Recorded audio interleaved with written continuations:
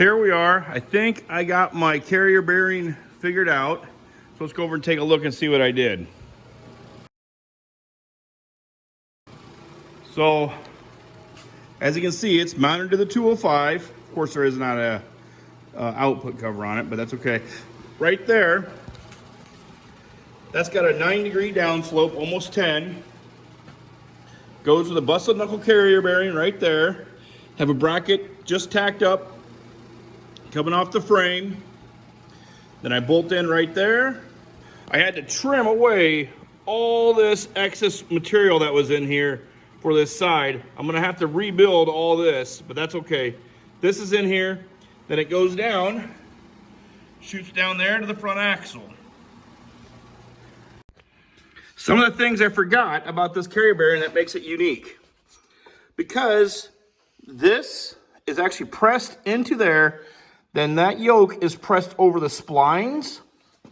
There's 2 roller bearings in here, 2 big bearings. So this does not pivot left or right.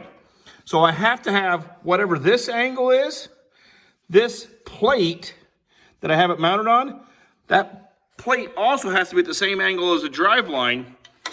If I don't do that, then I'll have a crazy bind right in here, and I'll just have a vibration that'll just ruin that everything. It'll ruin the back here, ruin up there, ruin everything. It'll kill the driver and the passenger when everything flies apart.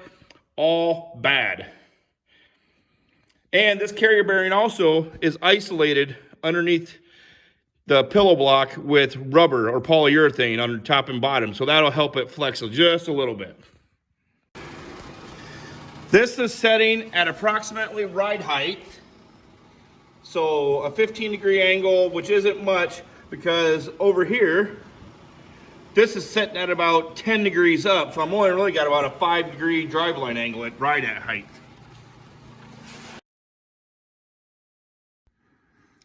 So now we're sitting at full droop. Everything's sitting up here looking pretty good. Come over here.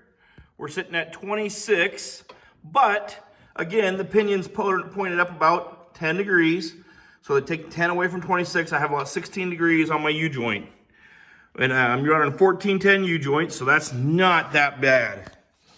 And then we'll go over here to the front, and I will spin the drive line by turning the front tires, and we'll see how it moves.